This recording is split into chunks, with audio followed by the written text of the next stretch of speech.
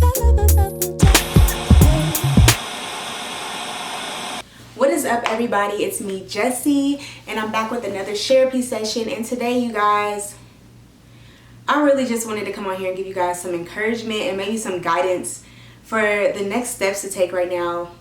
I've taken a mini break from social media, like as far as scrolling down and looking at stuff, because it's just so much, y'all. It's so much, and I know that everybody's hearts are like super heavy right now. People may be confused, maybe you don't know what to do next. You don't know what steps to take to help, and I just feel like this topic in particular is something that people may really need right now. So here I am. The topic for today is, how can you help in the movement against racism? I know that a lot of people feel that they may be uncomfortable going out to protest right now, or maybe you have kids and you don't want to put yourself in that position. There's a lot of different reasons, and so I want to just encourage you that you still can help, and there are things that you still can do even if you're not going to protest. I just want to kind of give you guys a story, not really a story, but just explain to you guys the experiences I've had with racism. I obviously can't tell you everything because I've been black for 24 years. I can only tell you a little piece of it, and so I feel like this particular experience definitely stuck with me and affected me a lot.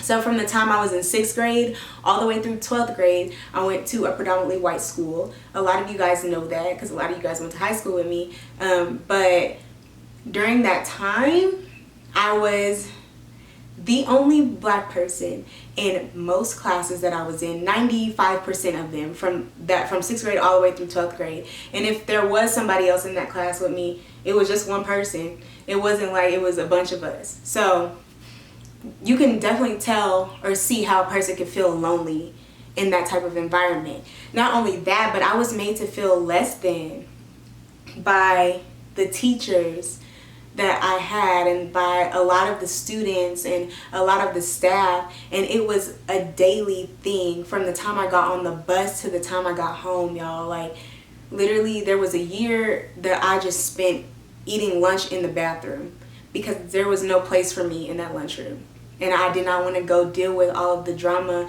and deal with all of the different things I was gonna have to go through in lunch, so I just didn't go. And you guys, when I say that I experienced racism, I'm saying like I was called names. I was denied membership to different clubs and organizations because I was thought to not have the grades, even though they're right here in front of you. I was told that, oh, you can't be a part of this team because you don't have the look that we're looking for. I have had notes left in my locker, especially during that time when Obama was first becoming president. People really just had so many negative things to say about me being black. And so this was a constant thing from 6th grade all the way through 12th grade of me feeling like I did not fit in that place.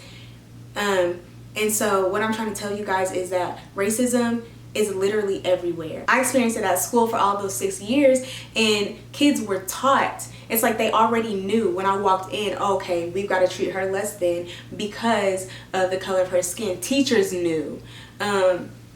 It was like a known thing across the board. You can ask any black person and they can tell you that they experienced racism at the grocery store, at the airport, within the healthcare system, at the mall, like literally everywhere. It's everywhere. And what I'm trying to tell you guys is that there is a place for the gifts that you have, the gifts that God gave you, for you to help in the fight against racism. I don't want everybody to think that every single person that I experienced during school treated me that way. It was not that way, but I do remember those experiences that I did have because they were so hurtful. I did have I didn't have a lot of friends, so let me not even lie right there, but I did meet a lot of cool people during my time in school, but the bad ones really stick with you. So your gift fits in this fight.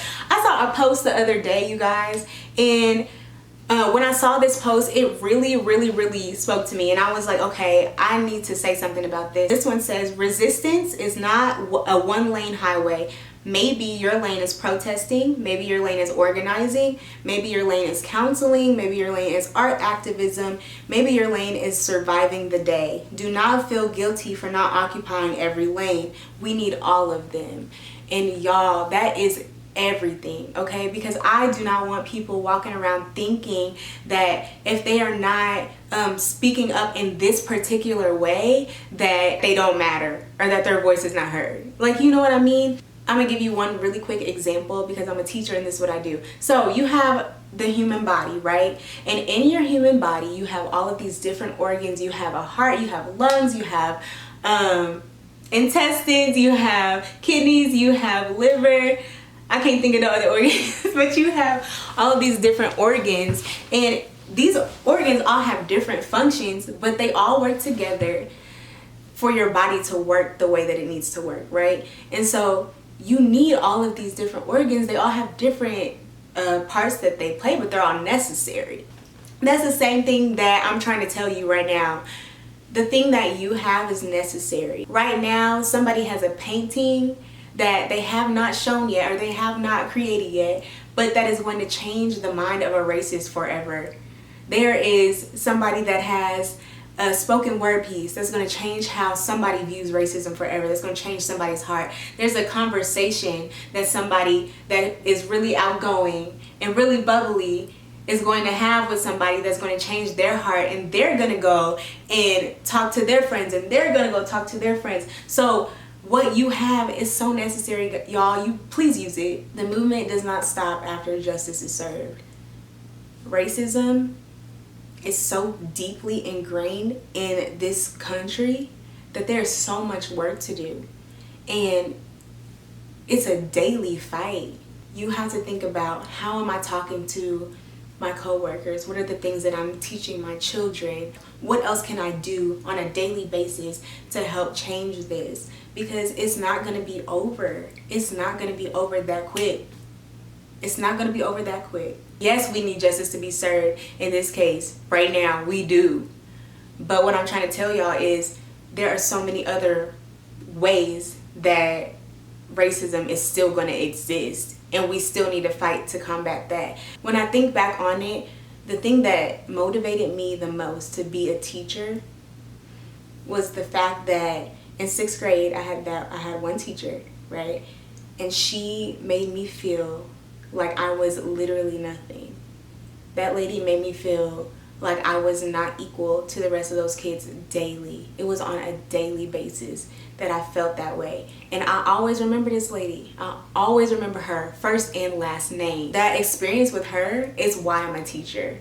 Because I decided that I am never going to make a student or a child feel the way that that lady made me feel. And so that is a part of the way that I'm trying to combat racism, is by stepping into that type of position, so that right now I can teach those kids at that young of an age how to treat other people and help them unlearn the stuff that they be learning at home. So I'm telling you guys, there are so many ways, there are so many avenues, there are so many different places in which your gift fits in this fight, and I encourage all of you to use it. Right now, y'all, please be safe during this time. Please take care of yourself mentally, y'all. If you need a mental break, please get off Instagram. It's okay. I did the same thing. Don't turn the news on for a minute. Just take a moment for yourself. Love you guys. Bye.